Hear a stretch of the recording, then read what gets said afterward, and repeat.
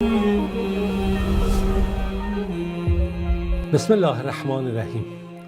خب امروز میخوایم سیمایی دیگه از سیمای بانوان صدر اسلام رو بخونیم، از ستارگان اولیه آسمان هدایت، از فارغ التحصیلان مدرسه نبوت، به عبارتی دانشگاه نبوت، فارغ التحصیلان دانشگاه زندگی، از پرورش یافتگان مکتب رسول خدا صلی الله علیه وسلم، از یاران و حواریان رسول خدا صلی الله علیه وسلم. امیدی که ما هم از این نورها بهره مند بشیم، در زندگیمون اثرگذار باشه. بله، بانوی بزرگواری که امروز میخوایم داستان ایشون رو بخونیم ام مبشر انصاری هست. ام مبشر انصاری هم عالم هست ایشون، هم فقیه، هم راوی احادیث پیامبر خدا صلی الله علیه وسلم. پیامبر هم بالاخره همیشه از حال ایشون جویا بود و حال ایشون رو هم مثل سایر شاگردانش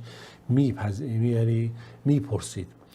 از بین زنان انصار خب افراد زیادی هستند، تا به حال ما خوندیم که تأثیر اونها و اثر اونها به ویژه در مدرسه نبوت مشخصه، در میدان دین آشکار و روشن هست. اما ام مبشر دختر برا ابن معرور انصاریه، دختر برا ابن معرور انصاری هست.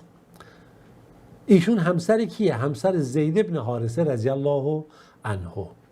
زید ابن حارثه رضی الله عنه یعنی حب رسول خدا صلی الله علیه وسلم. از همون ابتدایی که اسلام بالاخره طلوع کرد میبینیم که ایشون مخصوصا به مدینه رسید، اسلام آورد، با پیامبر خدا صلی الله علیه وسلم بیعت کرد و ام مبشر بود مورد اکرام رسول خدا صلی الله علیه وسلم قرار میگیره و پیامبر به موقعیت اون و به خاطر جایگاه پدرش توجه خاصی داشت. پدر ام مبشر یکی از اصحاب برگزیده رسول خدا صلی الله علیه وسلم است، برا ابن معرور ابن صخر انصاری که از قبیله خزرج هست. یکی از کسانی که در اون شب لیلت عقبه که در اون پیمان خاص که با پیامبر بستن حضور داره.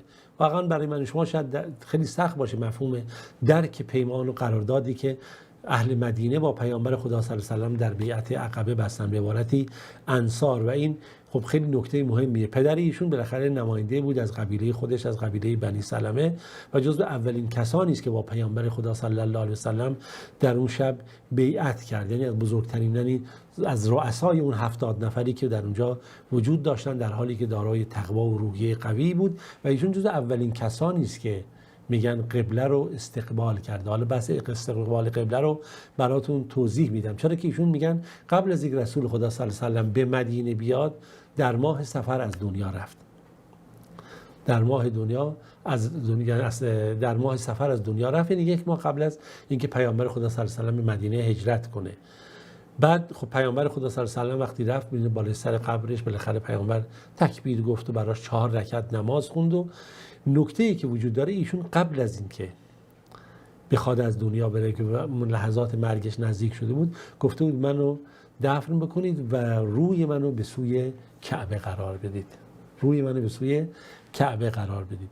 این خب شوهر ایشون بود. این شوهر این بانوی بزرگواری که ام مبشر نقل کردیم. ام مبشر در علم و در فقاهت و در جایگاه خاص دعوت و بین زنان نظر اخلاق و اینها خیلی مشهور بود. ابن عبدالبر نقل میکنه که ایشون از کبار صحابه هست، از بزرگان صحابه هست. و خب ایشون در روایات از احادیث پیامبر خدا صلی الله علیه وسلم هم دارای ید طولایی هستن. بالاخره زیاد به خانه پیامبر خدا صلی الله علیه وسلم میرفت و پیش همسران ایشون میرفت، پیش امهات المؤمنین، بیشه حفصه دختر عمر رضی الله عنه میرفت که و خب در اینکه احادیث رو یاد بگیره، حفظ بکنه، آیات الهی رو بفهمه و درک بکنه.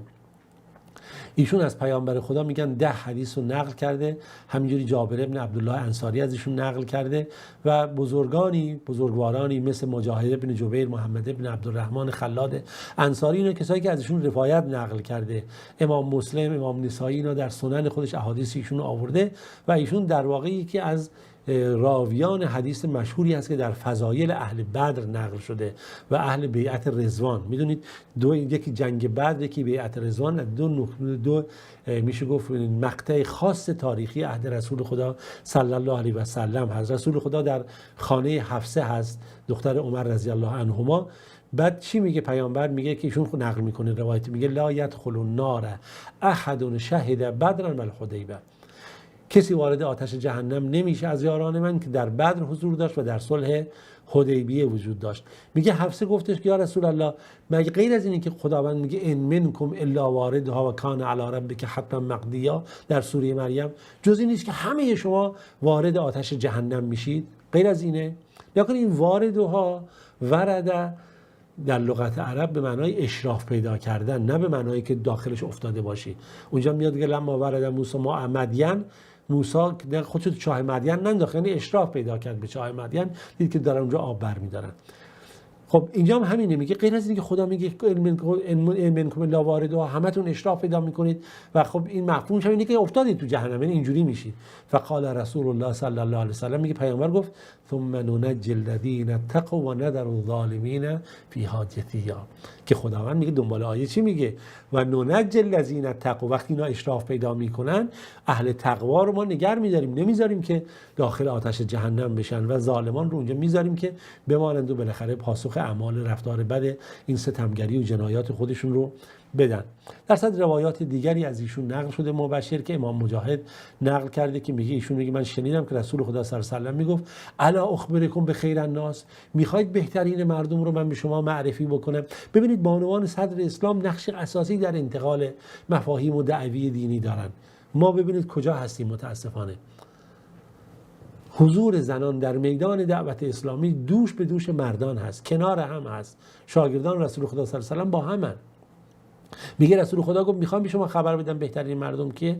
گفتن قالوا بله یا رسول الله، بله ما میخوام بدونیم. گفت رجل فی غنیمة لم له یقیم الصلاة و یؤتی الزکات و اعتزل شرور الناس. حالا یه فردی که بالاخره در بین گوسفندان خودش در یک جای دور افتاده، وقتی فتنه میشه نمازشو میخونه، زکاتشو میده، از بدیهای مردم، از این فتنه ها خودشو دور میکنه. میگه پیامبر خدا صلی الله علیه و سلم یه بار از مبشر سر زد، به دیدنش رفت. خب مبشر بالاخره بسیار براش نعمت بالایی بود که رسول خدا صلی الله علیه و سلم به خونه‌اش اومد و بالاخره همین سبب شده که ایشون مثلا جز مواردی بود که میتونست روایات رو نقل بکنه و بگه. مبشر از این دیدار خودش ببینید چگونه نقل میکنه. میگه دخل علی رسول الله صلی الله علیه و سلم، رسول خدا یه بار اومد نزد من، اومد خونه ما، به دیدن ما اومد. و انا فی نخل لی، من هم در اون بالاخره نخل یا اون جایی باغچه خودم یا هر چی بودم، بعد داشتم میکاشتم، حالا مثلا درختان اینجا کاشته شده بود، اینا مثلا نخلستانی مثلا اونجا بود، در نخلستان خودم بودم. پیامبر گفت من غرسه مسلمون و کافرون، آیه اینها رو کسایی که قرض کردن. خوب مفاهیمو داشته باشید که یک انسان مؤمن چگونه هست، همیشه در حال نوآوری و احیا هست. گفت چه کسی اینها رو قرض کرده کاشته؟ گفتم انسان مسلمانی کاشته، مثل که نخلستان تازه احیا شده ای بود. پیامبر ببین چی گفت؟ قال من ما من مسلمین یغرس قرصا او یزرع زرعا، هیچ مسلمانی نیست مگر اینکه یک درختی رو بنشونه یا دانه ای رو بکاره، فیأکل منه انسان او طائر او سبع، که از اینها یا انسان بخوره یا پرنده یا حیوانات بخورن، الا کان له صدقه، مگر اینکه همه اینها برای اون صدقه میشه. در هر صورت این صحابیه بزرگوار دارای علم و دانش و تقوا بود و تا زندگی کرد تا و حتی وفات پیامبر خدا صلی الله علیه و سلم رو شاهد بود، در حالی که رسول خدا صلی الله علیه و سلم از دنیا رفت و از ایشون راضی بود.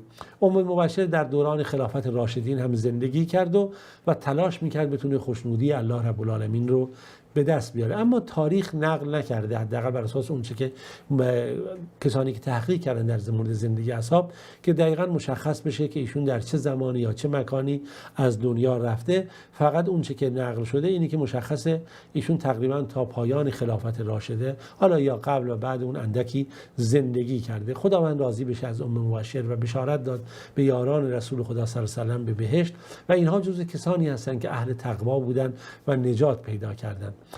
نکته ای که در پایان این سیمای این صحابی بزرگوار میخوام خدمتتون عرض کنم، نکته در اینجاست که اینها مستقیما در مدرسه نبوت آموزش دیدن، مستقیما حقیقت رو دیدن. اون چیزی که در کتب شاید تاریخ و یا احادیث و روایت نقل میشه، خیلی اندک اینا لحظه به لحظه، ثانیه به ثانیه، در طول روز و طول شب روحشون، حالاتشون، ایمانشون، زندگیشون، فکرشون، اندیششون با این دین زندگی کرد. این رو حفظ کردن، برای این جانفشانی کردن، جهاد کردن، صدقه دادن، قربانی دادن روزها رو روزه گرفتن، شبها رو عبادت کردن، همدیگر رو یاری کردن، کنار هم بودن، تا اینکه این اسلام حفظ شد و به عنوان یک نمونه و الگوی واقعی برای بشریت قرار گرفت و به نسل‌های بعدی انتقال پیدا کرد. اون چیزی که ما میتونیم بگیم فقط یک تصویره، یک صحنه از یک لحظه یا یک چند دقیقه از یک اون چیزی هست که اونها دیدن. اما واقعیت زندگی اینها این بوده که از لحظه‌ای که اسلام رو پذیرفتن، در کنار رسول خدا صلی الله علیه و سلم بودن، با هم بودن، صحابه رضوان الله علیهم اجمعین در این مسیر حرکت کردن، همه سراسر نور و ارزش و خیر و رحمته. امیدوارم خداوند اندکی از این نور و رحمت رو هم نصیب ما بکنه. تا فرصت دیگه و درس دیگه در پناه خدای متعال باشید. خداوند یار و نگهدارتون.